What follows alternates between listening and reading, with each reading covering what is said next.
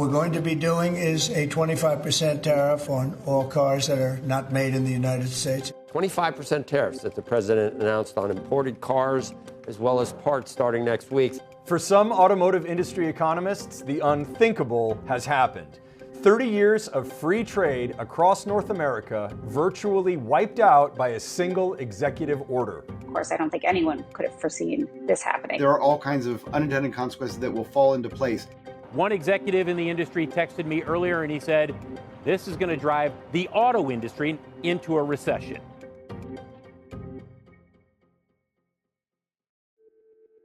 While there are a lot of possibilities and much is unknown, one thing's for sure. Cars are about to get more expensive in the US. Some may even be pulled from the market entirely. If we see prices going up as a result of costs going up either on vehicles or parts, that means that the consumer is going to have a harder time affording these vehicles. And we estimate you could see a 2.5 to over 3 million unit hit. Now we have to invest in new plants. We have to invest in new assembly lines. We have to find new suppliers. This is going to drive some small suppliers out of business. This is going to cost more to build vehicles. This is going to eliminate entire segments of vehicles from the pipeline. All of that will likely take years to execute. Analysts say the US can't even build really cheap cars domestically. While a lot of automakers, foreign and domestic, have factories in the US, almost half of all vehicles are imported from other countries: Canada, Mexico, and countries across Europe and Asia.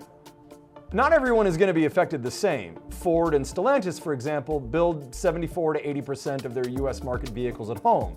GM, less than half. But every car has at least some of its parts or materials made or procured outside the US. And even companies less affected are likely to charge more. The United States loses all the things that Canada and Mexico bring to the table.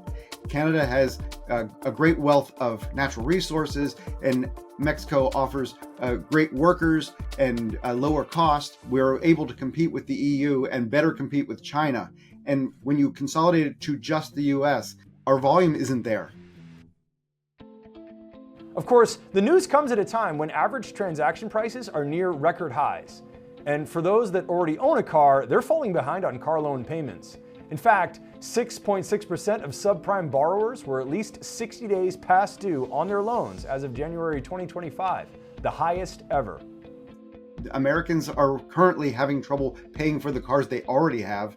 Add $5,000 to the average vehicle price, and we're going to see more defaults on car loans than we already are seeing. Experts say prices will rise on average about 15 to 20% for cars that are either assembled outside the US or contain parts from other countries.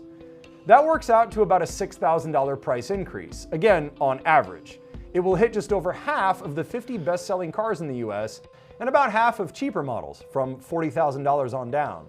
Prices on cars that aren't directly affected by the tariffs are still expected to rise at least 5%, according to Cox Automotive. The average transaction price, meaning the average price actually paid for a car in the US, was just shy of $50,000 in February.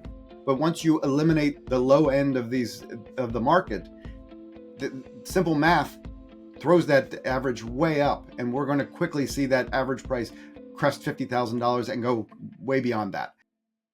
What that means is that all of the cheapest new cars in the US are now at risk of being wiped out. That's because just about all of them are made in either Mexico or South Korea. This includes the Chevrolet Trax and Chevy Trailblazer, the Nissan Sentra and Nissan Kicks, the Buick Envista and the Buick Encore GX. It also includes models from Ford, such as the Bronco Sport and Maverick. When you build a Nissan Sentra in Mexico, you build that for the Mexican market, you build that for the Brazilian market, you build that for the American market. And so that combined volume gets you to a level where the economies of scale make sense to build so many vehicles and sell them in the United States at $25,000. If you build them in the United States with a tariff, Brazil's not going to accept those vehicles that are that expensive. Mexico's not going to want them back. Think about it like this. General Motors is the largest US-based automaker by volume. But many of its models are made in other countries, including its cheapest, the Chevrolet Trax and Chevy Trailblazer. Both are shipped from Korea. So both will get slapped with a 25% tariff. That basically leaves GM with one choice. How much, if any, of the tariff do they absorb?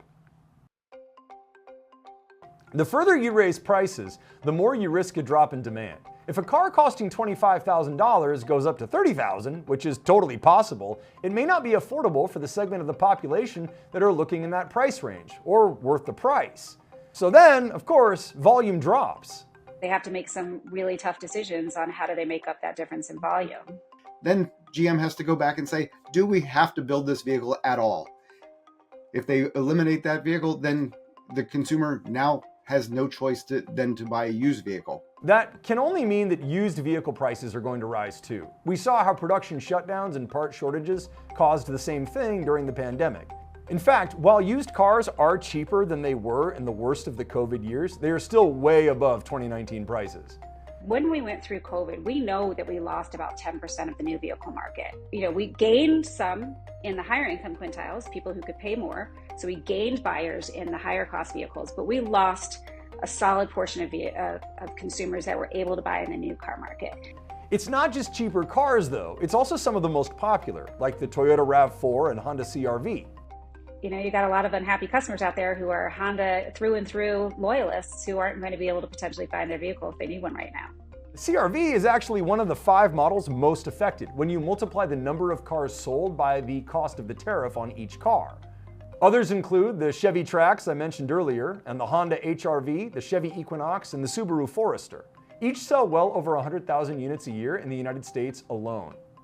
They think that if you put a 25% tariff on all vehicles, we can bring a lot of manufacturing back here to the United States. And that may be possible, but in the interim, it's going to create a lot of pressure. So why can't we just build factories here? Well, supposedly that's the purpose of all of this. But building a factory in the US takes at least 2 or 3 years and costs at least $1 billion, realistically closer to 2. Just retooling an assembly line, one assembly line, costs about $500 million in several months.